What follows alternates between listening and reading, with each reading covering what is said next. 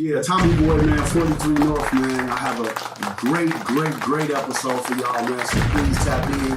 I'm here with my boy Sure, Mr. Iron motherfucking B. And I have a special guest, exclusive guest in the building, the almighty TRE, man. The guy formerly known as Prince TRE, man. You know, your name still ringing bells around here, you know. So we had to tap in to see what's been going on with the music, what's been going on with your life, man, and what's up, you know what I mean? Yeah. So first of all, you know, just rebranding and everything, who is almighty TRE, man? Shit, man. I guess to keep it a buck, man. I'm a father, I'm an artist, I love doing music and shit. I'm a real estate investor, just all around hustle. You know? That's what's up, man. Yeah. So why the branding, the rebrand, or what's going on, man? You a king now, you ain't a prince no more? I ain't a prince no more, I'm almighty, you know? Yeah. Cause I just fell back, man, for a little bit, and as getting older, I feel like motherfucker can't keep calling me Prince forever, you know? A lot of motherfuckers when I was younger know me as Boogie and shit. I couldn't run around no 20-something, late 20s, 30-year-old man. Motherfuckers calling me Boogie. So, and also, almighty is, I've leveled up, man. I've learned different things from credit to real estate, you know, programming, and I'm able to get money in a lot of different places. And I feel like that's almighty right there. The almighty darling God we trust, baby. Hey, so what's been your creative process, man, with this music and everything? Like, what have you been doing to stay, like, on it and shit? You know, did your sound change up a little bit? I feel like it's more substance now, you know. I haven't been practicing or nothing like that. I've been just living my life and running my business and taking care of my family, you know, and I feel like that's enough right there, because when you fall back, when you rapping every day, all day, you ain't got nothing to talk about no more. You just rapping the rap, you just rapping the sound good and shit. You just, you know what I'm saying? That's probably why all the niggas still sound like you, man. You know, that's funny. It's a lot of your you know, mini-me's out here, man. It's still keeping your old sound alive, man. So I can't wait to hear this new music, man. Word. You know what I mean? Hey, did you change the way you write? Do you write? Do you just freestyle? Or, you know, what's your process of recording that? Shit, I think of this shit and I write. Like, I think of like 4 to 8 bars. And then you know how it be like when you got a flow, like a raw ass, like a cadence, you will forget that shit. So I record it on my phone, and then, you know, just add to that shit, let it be in the booth and fuck with it. You know, all different kind of ways. Yeah, because that's what was the thing before about the recording aspect. Everybody, because you had a studio. You had one of the dopest studios, one of the only studios available with quality sound. Yeah, because that was the thing, like, your sound was always superior. You ran one of the most, I say, popular studios, one of the most equipped studios here in town. So your sound was clean, cut. You had what they call track outs and everything for your shit. You made it work. And a lot of people was complaining as far as recording that you wasn't keeping their shit to sound like yours, like you put more effort into yours. Is that something that was really happening, or is that just they belief? No, it is something that was really happening. Because it is though. Right. You come to me and you spending $100. Back then, you getting 2 hours. Now you gotta record your song with them hours. You gotta fuck up, re-record it, don't sound good enough, and I gotta mix your shit within that same time. You feel what I'm saying? Yeah, you can do that for $100. Yeah, that's a deal. You get mixing and mastering included. You feel me? I don't even do my mixing and mastering. I really gotta get out of the studio. Yeah. You know? I don't waste my time. Like, you gotta have it ready to go.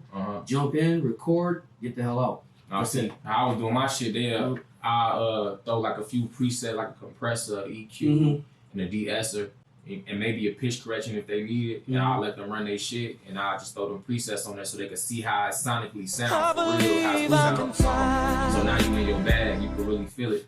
You feel me? Yeah. But if you only got a couple hours, bro, and this is my shit, my bad, bro. This is my shit, so I could spend 1,000 hours on one song that I recorded 5 months ago and you never know about it. You know what I'm saying? So that's different. Of course that's different. I'm in this motherfucker taking out the little teeth because I ain't like this shit. Nobody else heard but me. Yeah. I'm in this motherfucker. Yeah, that breath right there sounded crazy. Like, you know what I'm saying? I'm taking out. I used to like to keep my breath when I record, though. I like the the more organic sound. See, I was I like to rap. But you had a more melodic sound, so you didn't want all them. You know what I mean? Yeah. You know. Okay, once again, this episode is sponsored by Best Buds. Shout out to Angela Walker. This episode is sponsored by Best Buds, South Broadway. Get all your needs, get all your glass pipes, whatever you decide to do with it. All your smoking needs are available there. So please shout out Best Buds on South Broadway. All right, but yeah, so that was a thing, man. It's like to disconnect with the people, man. I got another question though. Like, if you could open up for any artist with your sound, like major artists, who would it be, man? I know that was left field like a motherfucker, but I'm just going there with it. I mean, shit. I guess I'd say like a Future or somebody. Yeah, yeah. I fuck with Future. Yeah, so that's another thing I get. So we have artists here locally that open up for big artists. Do you think that these artists should have to pay to open up locally in front of the same crowd that they normally would fucking see though? On the money side, if you could get it from these niggas, you gonna get it from these niggas. Right, right. When you the nigga putting up that bread and taking a risk and somebody might go and fight in your shit and fuck it up, you trying to recoup everything you could get. And if 100 of you motherfuckers want to rap on this shit and we all acting like we cool and we fuck with each other, whether it may be real or not, listen, bro, I'm not going to be choosing favorites. I'm going to let the money choose. Business. You know what I'm saying? So, yeah. You know, I don't think they should have to be doing that shit. So I just feel like that just means you ain't really high like that. Yeah. What happened to the old school shit when motherfuckers like sell tickets and shit and that be their money or whatever? What's going on with that? When you had shows, did you feel that you put on your own shows per se, right? Mm-hmm. Yeah. I mean, shit, a couple of my shit, yeah. A few of my shit, yeah. Yeah. So you never paid nobody to get on the stage or nothing like that? Did I pay anybody to rap? Yeah. Like, come perform? Yeah. Like, locally? Or even open for it. Like, they have a big event out in Appleton or something like that, and they're having you open up for like a well-known artist. Nah, I'm gonna put this disclaimer. Anybody that know me know I got a bad memory. On what, bro?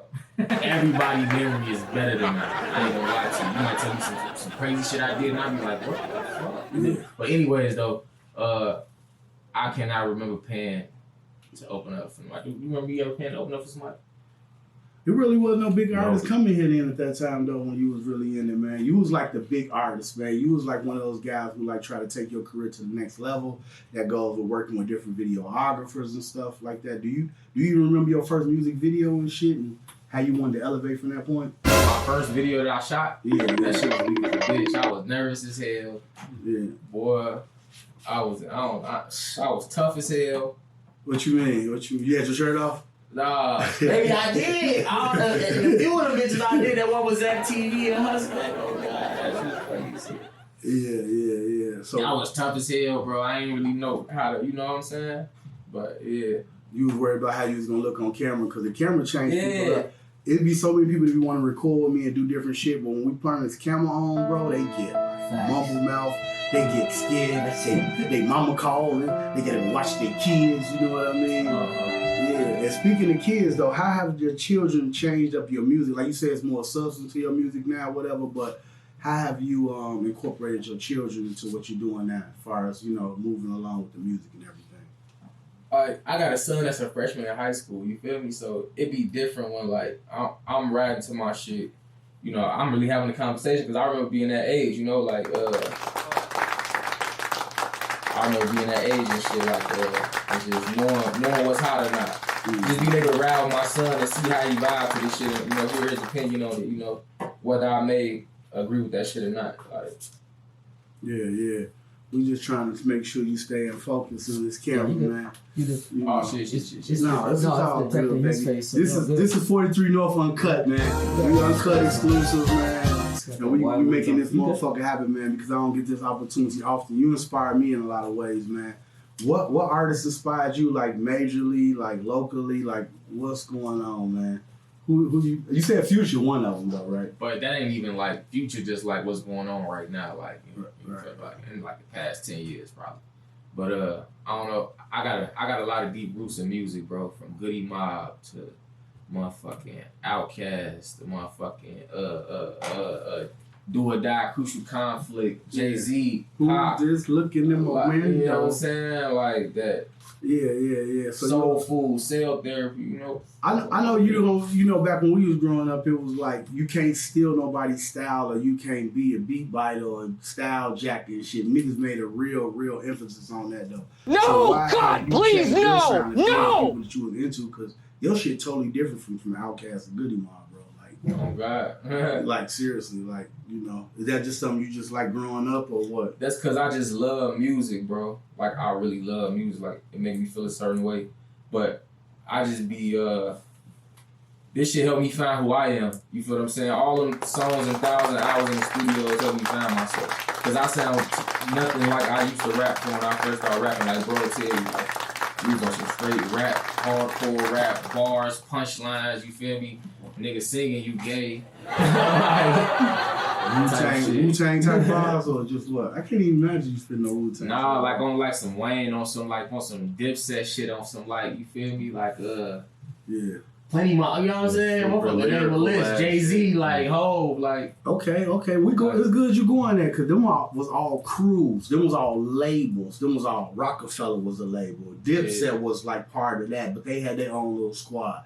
You created a squad back then. I don't know if it was a squad or your label was called Jerk Village, right? So what was all those crews broke up. All those crews was fighting over money or something. What you think was the downside of trying to create a label and the people you was dealing with? The artists you was dealing with per se, I mean, the downside is like when everything riding on you and you. Oh my God! You feel me? Yeah. Like when you don't got like a council of people that's really invested in the situation or the movement. You know what I'm saying? That really care enough to be like, if something happened with bro, we still finna keep this on torch moving. rolling and shit. This shit finna keep going, brother. Like this shit ain't, you feel me? Like, not, oh damn, if bro this ain't happen to me, but if bro goes to the feds, this shit is over with. Yeah. You feel me? If that nigga go to the feds, this label was done. Everybody finna go every which way. When they said your label was a gang, when they said your label was a gang or some shit, or what was it? Man, listen, there wouldn't have been no gang. Yeah. Why? Okay. And there was a few different sounds in your creation though. You picked a variety of sounds though, but everybody had a melodic style like you, man. Overall, was it a good experience working with these artists, or did it just all go bad and it just was like fucking bad? Like fuck this shit. I mean, yeah, it was definitely shit. It was a great experience. We had memories. We had good times, bro. We made some good ass music. Yeah. I wish I could relive that shit damn near and do shit the right way. You know what I mean? And just know certain things. But hindsight 2020 for me, but yeah. When you love music, bro, and like that's back to the point of you talking about niggas saying like, oh, I wasn't mixing my shit like theirs. I feel like I was mixing like Cinco shit or Trub shit or,